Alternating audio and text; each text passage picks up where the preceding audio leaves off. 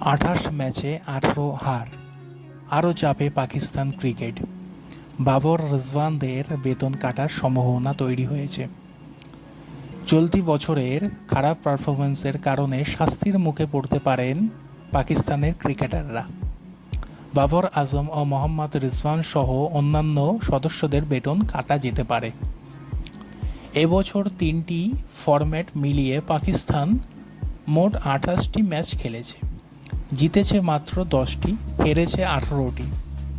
এর মধ্যে 3 টেস্টে 1টিতে জয়, 11টি একদিনের মধ্যে মাত্র 2টি জয় এবং 14টি টি-20-র মধ্যে 7টিতে জয় পেয়েছে তারা। এই হতাশাজনক পারফরম্যান্সের জেরেই শাস্তির সম্ভাবনা তৈরি হয়েছে। এতদিন পাকিস্তান ক্রিকেট বোর্ড পিসিবি আইসিসির লভ্যাংশ থেকে পাওয়া অর্থের 3% ক্রিকেটারদের দিত।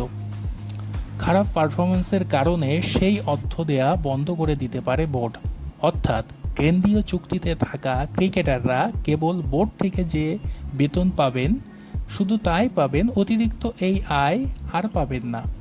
2 বছর আগে বেতন বৃদ্ধির দাবিতে ক্রিকেটাররা বোর্ডের কাছে আবেদন করেছিলেন। তখন আইসিসির লভ্যাংশের 3% দেওয়ার সিদ্ধান্ত হয়, কিন্তু এবার তা বন্ধ হয়ে যেতে পারে।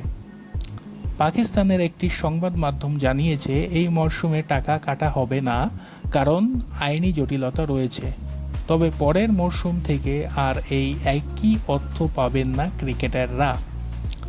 বাবর আজম ও মোহাম্মদ রিজওয়ানদের ক্যারিয়ার নিয়েও প্রশ্ন উঠেছে।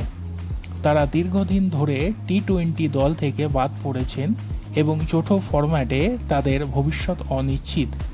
একদিনের ক্রিকেটেও ছন্দে নেই দলের সিনিয়র 2 তারকা। সামনে টি-20 বিশ্বকাপ, যদি সেখানে ভালো পারফরম্যান্স না হয় পাকিস্তানের ক্রিকেটারদের সমস্যা আরও বাড়বে।